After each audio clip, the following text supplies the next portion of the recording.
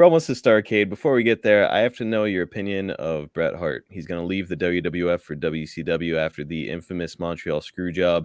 And Eric has said that Bret was kind of like a broken toy at this point, meaning that his heart just was no longer in wrestling after the drama in the WWF. Larry, are you familiar with the story of the Montreal Screwjob?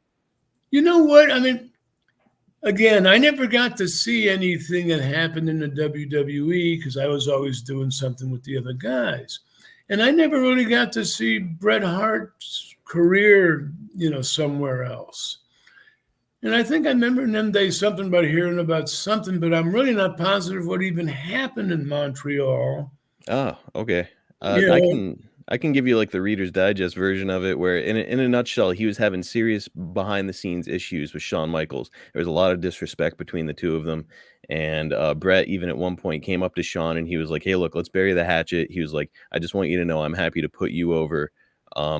Anytime, any place. I have that respect for you." And Shawn responded with something curt to the effect of like, "I appreciate that, but I don't feel the same way about you." He said something to that effect. So now you fast forward, and Bret's about to leave the company. They're in Survivor Series in Montreal, and Shawn locks Bret in his own finisher, the sharpshooter, and Vince McMahon is at ringside, and he calls for the bell. This was not a pre-planned thing; just completely screwed him. That's how Shawn got the belt. Well, Didn't talk to Bret about if Vince did it, he might have felt seeing Bret Hart was leaving anyway, that Bret might have done something Vince didn't want him to do. Like leave with the belt. Yeah, or not do what they talked about. So, I mean, if Bret was leaving, then Vince probably just did that. Okay, over, bye.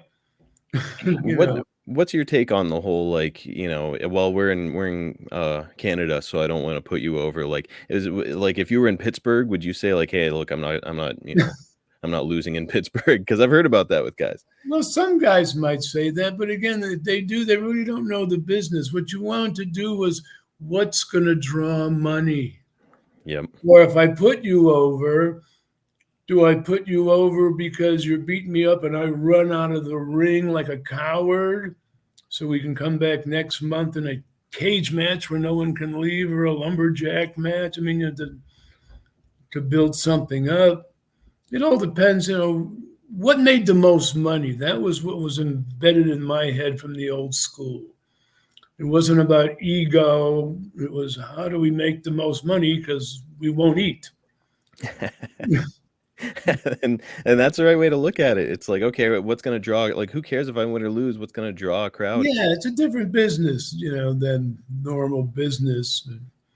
It was just tough, and then when the contracts came out and the big contract came out, it was great. I wish it was still going. I can work a day a week.